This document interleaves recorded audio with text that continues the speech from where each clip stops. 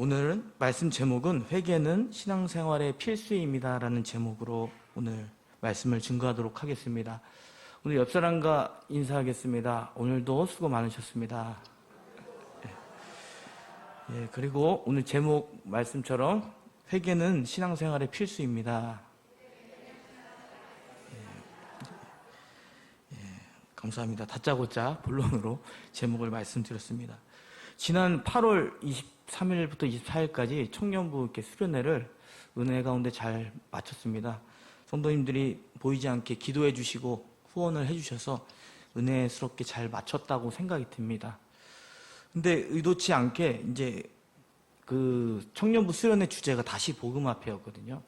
그래서 이제 사도행전 9장에 있는 이제 예수님을 이제 핍박했던 있잖아요. 그 예수님 믿는 사람들을 핍박하여 죽이려고 했었던, 예수님을 대적했던 무리에 있었던 그 바울이 예수님을 만남으로 인해서 그가 돌이키는 그 메시지를 가지고 오늘 청년부 수련회 때 이렇게 전했습니다.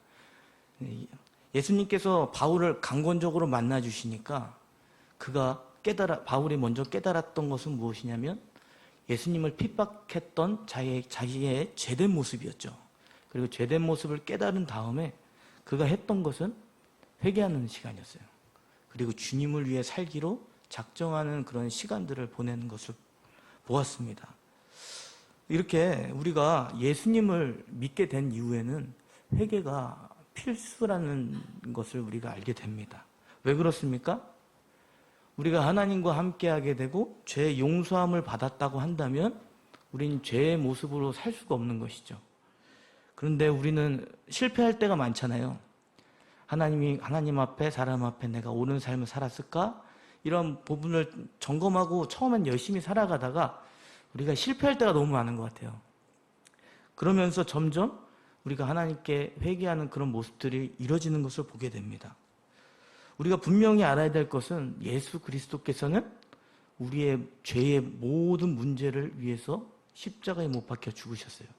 우리의 과거와 현재와 미래에 질 모든 죄의 값을 그 십자가 앞에 치르셨습니다. 그래서 우리는 죄의 용서함을 받게 되었죠. 아멘. 그리고 그것으로 끝나는 것이 아닙니다. 우리는 죄의 용서함을 받았기 때문에, 그 자격을 얻었기 때문에 언제든지 죄를 지어도 있잖아요. 그렇다고 의도적으로 지었다는 게 아닙니다. 의도적으로 지었다는 게 아니라 언제든지 우리가 죄를 지었을 때 하나님 앞에 나아가서 용서를 구할 수가 있는 거예요. 왜냐하면 우리는 죄의 용서함을 받을 자격을 얻었기 때문입니다. 그 이유는 예수 그리스도께서 우리 모든 죄의 값을 치르셨다는 것입니다. 그래서 우리는 우리의 회개가 구원을 얻기에 충분한 것은 아닙니다. 우리는 거기에 미칠 요소가 아무것도 없어요. 예수님께서 죄의 모든 값을 치르셔서 하나님께 언제든지 나올 때에 죄를 구하면서 하나님 용서해 주십시오 할 때 언제든지 하나님께서는 자비와 긍휼함으로 용서함으로 채워주시는 그 은혜를 우리가 갖게 되기 때문입니다. 그래서 우리는 회개는 선택사항이 아닙니다. 회개는 필수입니다. 우리 옆 사람과 다시 한번 인사하겠습니다. 회개는 선택사항이 아닙니다. 회개는 필수입니다. 우리가 잘 못하니까 이게 좀 쑥스럽죠.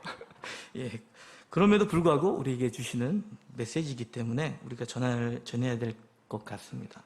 그래서 오늘 본문의 말씀은 예수님이 이 땅 가운데 만왕의 왕으로 오셔서 메시아의 도래라고 하죠. 그래서 메시아의 도래가 임하기 바로 직전에 외쳤던 메시지가 있었어요. 그것이 무엇입니까? 바로 세례 요한이 전했던 회개하라, 천국이 가까웠느니라 라는 메시지입니다. 우리 다 함께 마태복음 3장 1절에서 2절 말씀 읽겠습니다. 그때에 세례 요한이 이르러 유대 광야에서 전파하여 가로되 회개하라, 천국이 가까웠느니라. 아멘. 오늘 세례 요한이 예수님이 바로 오시기 직전, 그러니까 우리가 유대인들이 원했던 그 메시아의 도래 있잖아요. 하나님의 나라를 이룰 메시아가 도래하기 바로 직전에 행했던 일이 무엇이냐면 하나님을 메시아를 기다리고 있는 그들에게 하라는 행위가 있었어요. 그게 무엇입니까? 회개하라는 것입니다. 그리고 세례 요한은 그걸 회개케 하기 위한 세례를 베풀었어요. 그래서 그것을 우리가 일명 이렇게 보여지는 의식으로 드리잖아요. 그래서 그것을 물세례라고 우리가 하는 것을 우리가 기억할 것입니다. 이 세례에 대해서는 사실 그 세례를 행하는 그 의식의 기원은 신약 성경에 처음 등장하는데 성경에 이제 세례의 기원에 대해서 설명하는 부분은 없습니다. 그런데 이것이 교회 공동체 안에서 하나의 입문하는 의식으로 사용되었다는 것을 이렇게 알고 있습니다. 그리고 신약에서 세례 의식이 생겨나면서 초대교회 안에서 널리 알려졌고 일반적으로 행해졌던 의식이라고 합니다. 그래서 초대교회부터 지금까지 세례 의식은 죄사함과 입교 의식으로 거행되고 있죠. 저희도 세례를 받죠. 예, 그런 외적인 의식들을 행하잖아요. 그래서 그것이 어떤 의미를 갖고 있냐면 그 세례가 죄를 씻는다는 의미를 갖고 있잖아요. 그래서 죄를 씻게 하는 그런 행위들을 하는 것입니다. 그래서 죄를 씻게 하시는 것은 누구시죠? 하나님이시죠. 하나님의 그 효력을 발휘하셔야 되는 거예요. 그런데 우리가 그 죄의 효력을 발휘하는데 우리가 마땅히 해야 될 반응이 있다고 이야기해요. 그게 무엇이냐면 회개라는 것입니다. 그 회개를 통해서 하나님의 나라의 도래를 준비하라는 거예요. 하나님의 우리 가운데 임재하셔서 하나님의 통치가 이루어질 것을 준비하라는 것입니다. 여기 교회에 있는 어떤 물건들을 잘 이렇게 정돈하고 이렇게 뭐 물건들을 잘 챙겨서 하나님 나라를 준비하는 것이 아니라 하나님의 백성이 회개함으로 준비하라는 것이죠. 오늘 이 메시지를 우리에게 전해주고 있습니다. 그래서 우리가 하나님 앞에 나가기에 결코 완벽하지 않아요. 그럼에도 불구하고 하나님께서는 우리에게 죄사함에 받을 자격을 주셨기 때문에 회개함으로 하나님께 나아오라고 이야기합니다. 회개는 무엇인가요? 우리가 너무 국어 선생님처럼 제가 초등학교 선생님이 학생을 가르치듯이 말을 해서 조금 죄송스럽긴 하지만 어제 그 정승민 목사님께서 잘 말씀해 주셨잖아요. 회개는 이제 구약에서도 이제 신약에서도 사용되는데 마음을 고치다, 돌이킨다는 뜻을 가지고 있죠. 그래서 회개는 자신의 생각과 잘못된 생각과 행동을 인정하고 후회하는 것으로 끝나는 것이 아닙니다. 과거와 현재의 모든 지은 죄를 가지고 자신이 그 죄를 인정하는 것이죠. 그 인정을 바탕으로 해서 하나님께 나아가는 것이에요. 하나님 죄송합니다. 그리고 그렇게 살지 않겠습니다. 라고 결단의 자리까지 나아가는 것이 회개입니다. 그래서 지금 말씀드린 것을 조금 그냥 정리해서 회개의 특징을 그냥 두 가지 정도 이야기하면 회개는 하나님의 죄사함을 받는데 필수적인 반응이다라는 것을 기억했으면 좋겠습니다. 저도 신앙생활을 이게 처음 이렇게 예수님을 믿는 그 시기가 있을 거 아니에요. 제가 예수님을 만난 게 언제냐라고 하는 것은 정확하게 알지는 못해요. 그런데 예수님을 그 복음이 나의 복음으로 들려진 그 시점이 언제였을까 전에 한번 돌아보니까 한 중학교 때쯤 되는 것 같아요. 그래서 중학교 때 어떤 부흥 강사 목사님이 저희 집에 한번 오셨던 것 같아요. 그런데 막 예수님의 복음을 전하는데 지금 기억나는 거는 기도를 하고 있는데 예수님의 그 십자가가 생각이 나는 거예요.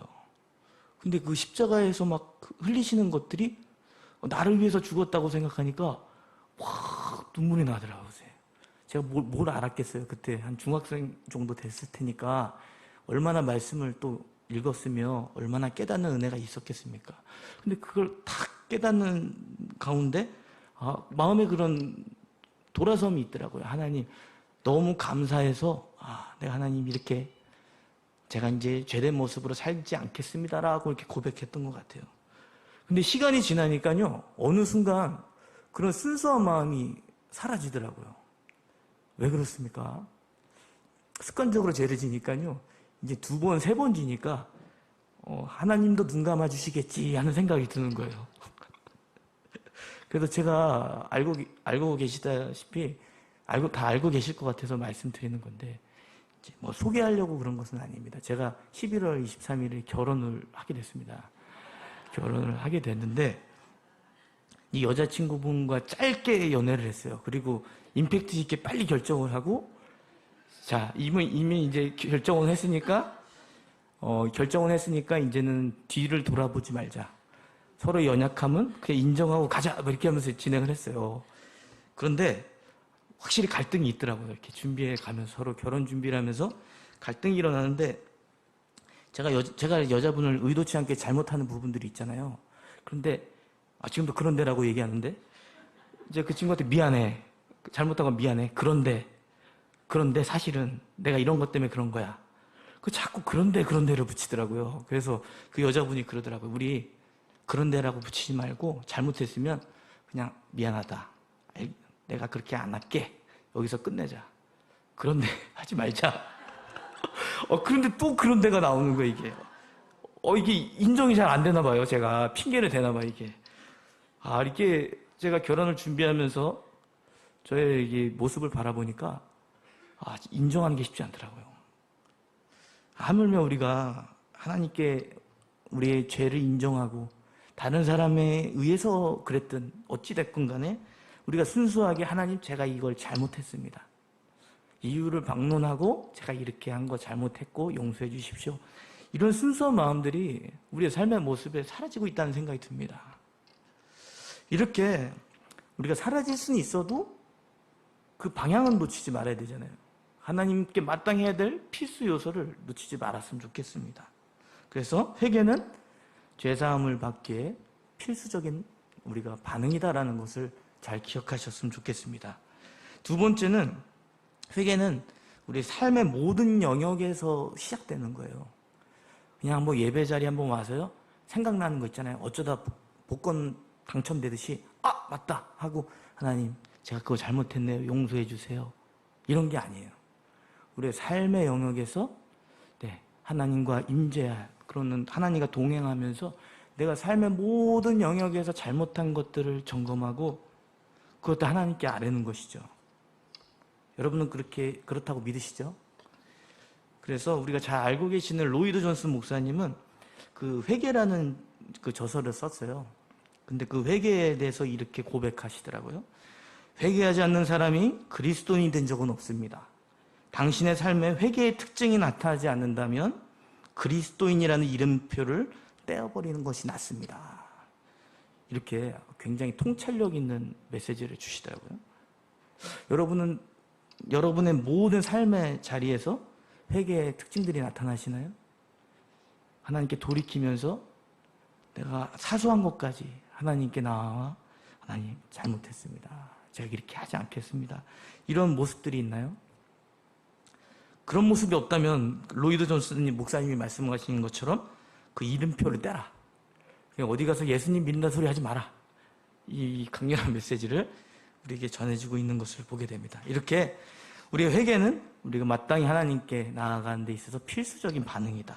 그리고 그 필수적인 반응은 우리의 삶의 모든 과정 속에서 이루어지는 것이다라는 것을 저와 여러분이 기억하셨으면 좋겠습니다. 우리 다 함께 오늘 그 회개의 세례를 받기 위해서 나온 사람들을 우리 잠시 살펴보겠습니다. 다 함께 마태복음 3장 5절에서 6절 말씀 읽겠습니다. 이때에 예루살렘과 온 유대와 요단강 사방에서 다 그에게 나와 자기들의 죄를 자복하고 요단강에서 그에게 세례를 받더니. 오늘 말씀은 세례 요한이 그 회개의 세례 있죠. 우리가 하나님이 도래하고 우리가 구원을 얻기에 합당한 그 준비를 하라고 했는데 그것은 회개였잖아요. 그 회개의 선포를 할 때 나온 사람들이 있습니다. 그 사람들은 유대와 또 요단강 주변의 거민들이었는데 모두 세례 요한의 회개의 선포의 메시지를 듣고 나와왔어요. 그리고 그들이 나와가지고 그 복음을 듣고 죄를 인정하는 모습들을 보게 됩니다. 어떻게 인정했죠? 그들이 나와 자기들의 무엇을 자복했다고 이야기합니까? 자복하고 라고 이야기합니다. 자복하다라는 것은 고백했다는 거예요. 그 고백은 자신이 알겠죠. 그 죄가 어떤 것이었는지 자기가 알 거 아니에요. 그래서 그 죄라고 이렇게 표기되어 있는데, 우리 한글 번역에는 이제 뭐 성경에, 그 영어 번역 성경에 보면, 이제 NIV 성경이나 ESV 성경에 보면 죄들, sins라고 이렇게 표현되고 있더라고요. 즉, 죄들을, 자신들이 삶의 모든 자리에서 지었던 죄들 있잖아요. 생각나는 것들. 그렇게 깨닫게 해주신 것들을 가지고 하나님께, 아니, 그 회개하는 그런 일들을 보게 됩니다. 이렇게 우리가 하나님께 나아가는 데 있어서 죄를 인정하고 고백하는 자리까지 나아가는 것을 보게 돼요. 그리고 죄를 고백하는 자리까지 나아가기 위해서는 순간적으로 갑자기 나아가는 것이 아니죠. 삶의 모든 그 시간 속에서 자신들을 돌아본 것이죠. 하나님 앞에 내가 지은 모든 부분들을 점검하고, 그 복음이 선포되어질 때, 아니 회개의 세례가 선포되어질 때에 그들은 그 행위들을 했다는 것입니다. 앞서 말씀드린 대로 우리를 그 필수적인 죄, 그 회개의 반응들, 그리고 그 회개의 반응은 그 삶의 모든 자리에서 자신들의 죄를 인정하고 하나님께 나아가는 시간이었음을 우리가 기억합니다. 저와 여러분이 이렇게 회개의 특징들을 잘 기억하시고 그런 모습을 우리가 닮아갈 수 있는 저와 여러분이 되셨으면 좋겠습니다. 그리고 이제 그 부류와 회개하지 않는 자들의 모습들이 등장하게 돼요. 회개하는 자들의 모습은 이제 살펴볼 것인데, 회개하지 않는 모습을 살펴보게 되면 우리가 회개하는 자가 어떤 모습인지 더 선명하게 드러나겠죠. 왜냐하면 우리는 회개하고 있냐라고 하면 어떻습니까? 난 잘하고 있어 생각이 되잖아요. 그런데 반대, 회개하지 않는 케이스를 보면 나도 회개하지 않는 모습에 좀 있는 것 같다라는 생각이 드는 것처럼 오늘 회개하지 않는 부류의 사람들이 등장합니다. 우리 다 함께 마태복음 3장 7절 말씀을 읽겠습니다. 요한이 많은 바리새인과 사두개인이 세례 베푸는데 오는 것을 보고 이르되, 독사의 자식들아, 누가 너희를 가르쳐 임박한 진노를 피하라 하더냐. 아멘. 오늘 종교 지도자들이 등장합니다. 그 종교 지도자들은 누구죠? 두 부류의 사람들이죠. 바리새인과 사두개인 사람들이에요. 이 사람들은 종교 지도자들 중에 가장 영향력 있었던 두 분파입니다. 물론은 이 분파들은 이제 조금씩 자신들이 강조하는 것들이 다 달랐죠. 종교적인 내용도, 그리고 또 어떤 뭐라 해야 되죠? 자기 신분적인 것에 좀 차이는 있습니다. 그럼에도 불구하고 이 두 부류들은 굉장히 종교적으로 인정을 받는 사람들이었고, 또 신분적으로 함부로 범접할 수 없는 그런 위치에 있었던 사람들입니다. 근데 그 두 부류의 종교 지도자들이 나와서 왜 왔는지는 잘 모르겠어요. 한번 제가 생각할 때는 그냥 이제 세례를 베푸는데 어디 어떻게 하나 보자 이렇게 판단하기 위해서 왔을 거라는 생각이 들어요. 왜 그러냐면은 이제 세례 요한이 자신에게 나오는 그들을 향해서 욕하는 모습을 보면서 그러지 않았을까 좀 생각이 됩니다. 그래서 요한은 종교 지도자들에게, 자신에게 나오는 바리새인과 사두개인들에게 굉장히 치명적인 욕을 해요. 원래 욕이라는 게 설명이 너무 많으면 욕 같지가 않잖아요. 그런데 간결하고 임팩트 있게 치면 어떻습니까? 굉장히 욕이죠. 그래서 어떻게 욕을 했냐면 독사의 자식들아 이렇게 얘기하잖아요. 이게 좀 감정을 실어서 좀 세례 요한이 눈에 이제 불이 가득했을 것 같아요. 독사의 자식들아 이러면서 막 했을 거라는 생각이 듭니다. 그래서 우리나라 한글 번역에 이야기하면, 한글 우리나라 버전으로 욕을 이야기하면, 예전에 누가 어떤 분이 하셨던 것 같은데, 이제 제가 직접 하진 않겠습니다. 개 뭐뭐 자식들아 이렇게 하는 거죠. 이렇게 표현하는 것을 보게 되는데, 독사의 자식이라는 것은 종교 지도자들에게는 굉장히 치명적인 욕입니다. 왜냐하면 그냥 이제 뱀을 비유하는데 그냥 뱀이 아니죠. 어떤 뱀입니까? 맹독을 가진 뱀을 이야기합니다. 그리고 맹독을 가진 뱀 같은 자식들아. 그러니까 태생적으로 악하다는 것이죠. 그리고 하나님의 심판을 피할 수 없는 자식들아. 그래서 하나님께 저주를 받으니 인생아 완전히 저주 중에 저주예요, 사실은. 이렇게 퍼붓는 것을 보게 됩니다. 이 이야기를 들었을 때 이 종교 지도자들의 기분이 어땠을까요? 어벙뛰지 않았을까요? 아니면 좀 화가 막 밀려왔을 것 같아요. 왜냐하면 그런 욕을 받아본 적이 없기 때문이죠. 그런데 우리가 그들에게 욕을 했었던 이제 세례 요한이 그가 의로워서 그랬다는 것은 아니겠죠. 그보다 좀 뭔가 나은 게 있어서 이런 욕을 한 것은 아닙니다. 그들의 회개하지 않는 그들의 마음 있잖아요. 자신들이 옳다고 인정하고 의롭다고 여기는 그들의 외식적인 신앙을 책망하기 위해서 이 메시지를 던진 것입니다. 여러분은 어떤 부류의 사람이라고 생각합니까? 독사의 자식들이라고 할 만한 사람들입니까? 아니면 죄인이지만 하나님께 나와 죄를 인정하며 고백하는 부류의 사람입니까? 여러분은 어떤 부류의 사람이세요? 회개하는 사람들이죠. 그냥 이렇게 표현을 해볼게요. 자신의 의를 주장하며 하나도 하나님께 죄를 이렇게 강구할 것이 없는 그런 부류의 사람들입니까? 자신의 의보다 자신의 죄를 인정하면서 겸손하게 하나님께 나오는 자들입니까? 우리는 그게 동전의 양면과도 같은 것 같아요. 독사의 자식들이라고 불릴 만한 사람들과 또 죄인이면서 회개하는 자들의 차이는 이거밖에 없어요. 자신의 죄를 인정한다는 거예요. 그리고 인정하고 겸손하게 하나님의 자비와 긍휼을 구하는 그 행위밖에는 나은 게 없습니다. 그렇다고 한다면 우리는 때론 독사의 자식들, 하나님의 심판받을 그런 행동을 할 수 있는 사람이라는 것이죠. 저와 여러분이 그 사실들을 기억했으면 좋겠습니다.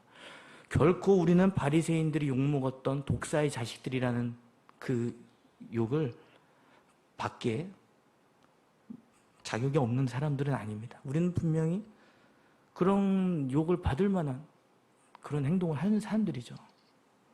우리가 어떤 마음의 태도로 우리가 나아갈 것인지를 우리가 바로 먼저 생각하시는 저와 여러분 되시기를 바랍니다. 그래서 누가복음 18장 9절에서 14절에 보면 이제 회개할 것이 없다고 여기며 자기 의를 주장하는 바리새인과 이제 그 죄인이라고 인정받는 세리의 모습들을 비교해주고 있어요. 한번 그림을 한번 보여드릴게요. 이제 성전에 나오는데 하나님 인재의 처소인 성전에 나오는데 바리새인들이 하나님께 나올 때와 세리가 하나님께 나올 때 모습입니다. 자, 바리새인이 어디에 있죠? 왼쪽, 오른쪽 이렇게 한번 여러분 어디에 바리새인이 있습니까? 종교 지도자 이쪽에 있죠. 이쪽. 예, 누가 봐도 알겠죠. 예, 그 바리새인의 모습은 자신의 의를 주장하는 모습이에요. 굉장히 당당하죠. 네, 그리고 자존감이 높아 보이잖아요. 근데 하나님께 나아갈 때 떳떳한 거예요. 그래서 그런 의로운 행동을 한 것을 자랑해요. 하나님 감사합니다. 이렇게 하면서 내가 다른 사람보다 토색하지 않고 불의하지 않고 간음을 행하지 않은 것을 감사합니다.